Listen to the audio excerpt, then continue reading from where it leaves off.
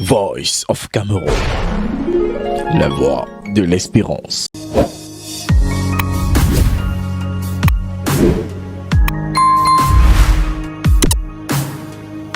Je déclare élu président de l'Assemblée nationale du Cameroun, l'honorable Kavaï Yégué Djibril.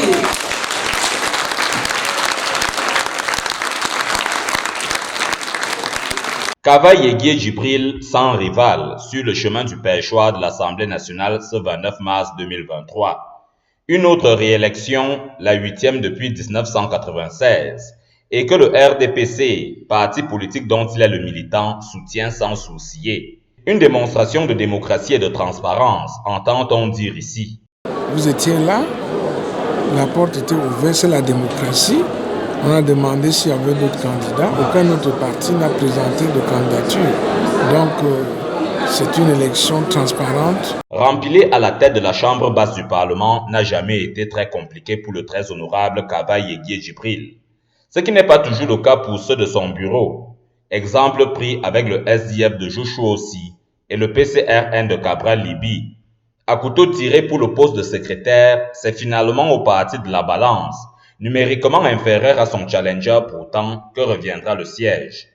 Un retour au monolithisme des années antérieures, s'est-on désolé en ces murs. Parti d'opposition qui avait même nombre de députés que le PCRN par en l'occurrence pour ne pas le nommer, et le SIF pensait avoir pignon sur lui, c'est-à-dire un poste un peu plus haut, puisqu'ils ont le secrétaire général, l'honorable Cabral, pensait monter d'un cran. Mais malheureusement, étant donné que nous sommes en démocratie et que les députés ont plébiscité en faveur de l'honorable Joshua. La violation du règlement intérieur de l'Assemblée nationale. Le CRN est la troisième force politique au niveau de l'Assemblée nationale avec 5 députés. Le SDF arrive 4e ex-aequo avec l'UDC. On ne comprend pas par quelle alchimie le SDF, en la personne de Rossi,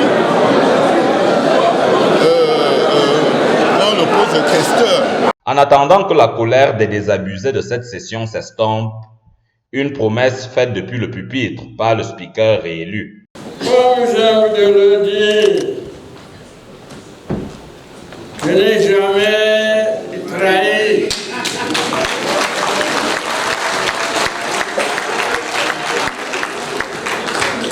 Je ne trahirai jamais.